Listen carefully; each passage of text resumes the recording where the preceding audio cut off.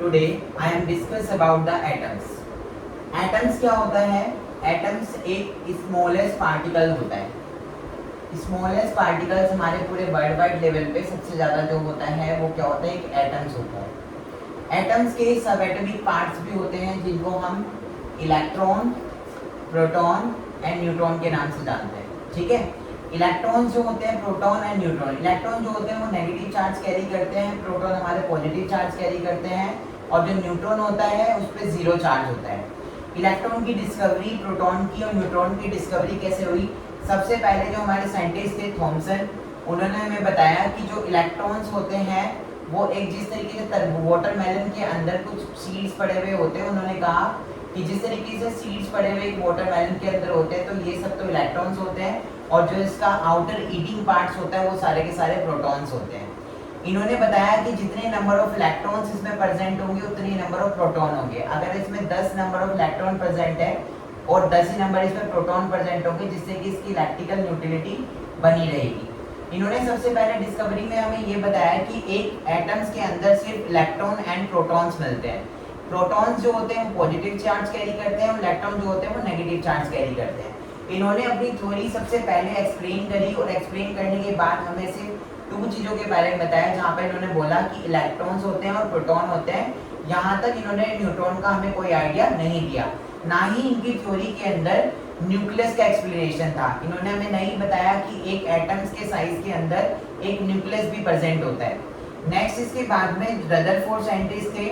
Rutherford scientist ने हमें बताया कि एक एटम जो होता है उसके अंदर कोई ऐसी चीज प्रेजेंट होती है जिससे जब उन्होंने अल्फा पार्टिकल की स्ट्राइकिंग कराई तो उन्होंने देखा कि अल्फा पार्टिकल जब स्ट्राइकिंग करके जा रहे थे तो कुछ पार्टिकल तो सीधे सीधे जा रहे थे और कुछ पार्टिकल टकरा के वापस आ रहे थे और कुछ पार्टिकल थोड़े से टिल्ड हो जा रहे थे। तो इन्होंने यहाँ पर ये कंफर्म करा कि जो न्यूट्रॉन और प्रोटॉन है वो तो एक एटम्स के अंदर है ही, बट साथ में एक एटम्स की बॉडी के अंदर कुछ ऐसा भी होता है जो बहुत हार्डेस्ट होता है, जिससे चीजें टकरा के वापस आती हैं, जिसको इन्होंने न्यूक्लियस का नाम दिया। इन्होंने बताया कि एक एटम्स के पार्टिकल्स के अंदर एक ठोस चीज प्रेजेंट होती है, एक सॉलिड चीज प्रेजेंट होती है, जिससे लाइट टकरा के वापस आती है। थॉमसन ने अपनी थ्योरी जो दी थी उस थ्योरी के अंदर सिर्फ हमें इलेक्ट्रॉन और प्रोटॉन की डिस्कवरी के बारे में पता चला, बट जब रदरफोर्ड की थ्योरी थी, रदरफोर्ड ने अपनी थ्योरी के अंदर बताया, उन्होंने एक स्मॉल गोल्ड फॉइल का यूज करा। स्मॉल गोल्ड फॉइल के ऊपर उन्होंने अल्फा पार्टिकल की स्ट्राइकिंग कराई। जैसे ही उन्होंने अल्फा पार्टिकल की स्ट्राइकिंग कराना शुरू करा तो उन्होंने देखा कि कुछ पार्टिकल जो थे वो तो बिल्कुल सीधे जा रहे थे और कुछ पार्टिकल जो थे वो टकरा के वापस आ रहे थे। जहाँ पे इन्होंने हमें बताया कि जो पार्टिकल्स टकरा के वापस आ रहे थे, एटम्स के अंदर एक ऐसी सॉलिड चीज प्रेजेंट होती है जिसकी वजह से चीजें टकराती हैं और टकरा के वापस आ जाती है, जिसको इन्होंने न्यूक्लियस का नाम दिया।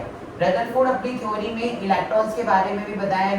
इन्होंने कहा कि एक ऑर्बिट के अंदर इलेक्ट्रॉन हमेशा रिवॉल्व करते रहते हैं, और रिवॉल्व करते करते इनकी थ्योरी में जो इनकी ड्रॉबैक्स थी, यानी कि इनकी थ्योरी भी फेल हो गई थी कुछ टाइम बाद, क्योंकि इनकी ड्रॉबैक्स ये थी, इन्होंने कहा कि इलेक्ट्रॉन जो है एक ऑर्बिट में रोटेट करते रहते हैं, और रोटेट करते करते जैसे ही उनकी एनर्जी खत्म हो जाती है तो एनर्जी खत्म होने के बाद वो दोबारा से आके न्यूक्लियस के अंदर गिर जाते हैं, जो बिल्कुल गलत था।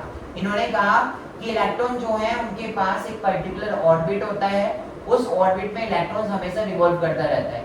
जैसे जैसे उसकी एनर्जी खत्म होती चली जाती है वो इलेक्ट्रॉन आके न्यूक्लियस के अंदर गिर जाता है, जो बिल्कुल गलत था, क्योंकि इलेक्ट्रॉन्स के पास ना तो वो एनर्जी खो सकता है, ना ही एनर्जी गेन कर सकता, ना ही लॉस कर सकता।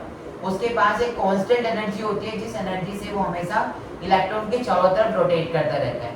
रदरफोर्ड की थ्योरी काफी हद तक काफी सही थी, थॉमसन की थ्योरी के अकॉर्डिंगली ये काफी सही थी, बट इनकी थ्योरी में फेल होने का सिर्फ रीजन ही ये था कि एक तो इन्होंने कहा कि इलेक्ट्रॉन की पावर खत्म होने के बाद इलेक्ट्रॉन अपने न्यूक्लियस में आके गिर जाता है, और दूसरी बात इनका मानना ये था कि कोई ऑर्बिट प्रेजेंट नहीं होते। इनका मानना ये था कि वो एक सर्कुलर रोटेशन में घूमते रहते हैं और फिर आके न्यूक्लियस के अंदर गिर जाते हैं।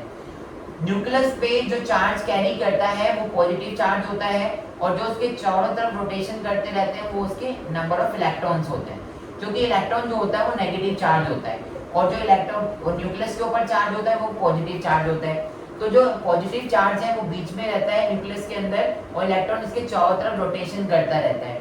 ये हमें सब रदरफोर्ड की थ्योरी से पता चला। क्योंकि रदरफोर्ड ने हमें इलेक्ट्रॉन प्रोटॉन के बारे में थॉमसन बता चुके थे, इन्होंने हमें अपनी एक्सप्लेनेशन में न्यूक्लियस के बारे में भी हमें आइडिया दिया कि न्यूक्लियस किस तरीके से रोटेट करता है, न्यूक्लियस किस तरीके से एक एटम्स के अंदर प्रेजेंट होता है और उससे टकरा के चीजें वापस आती हैं। Thank you class.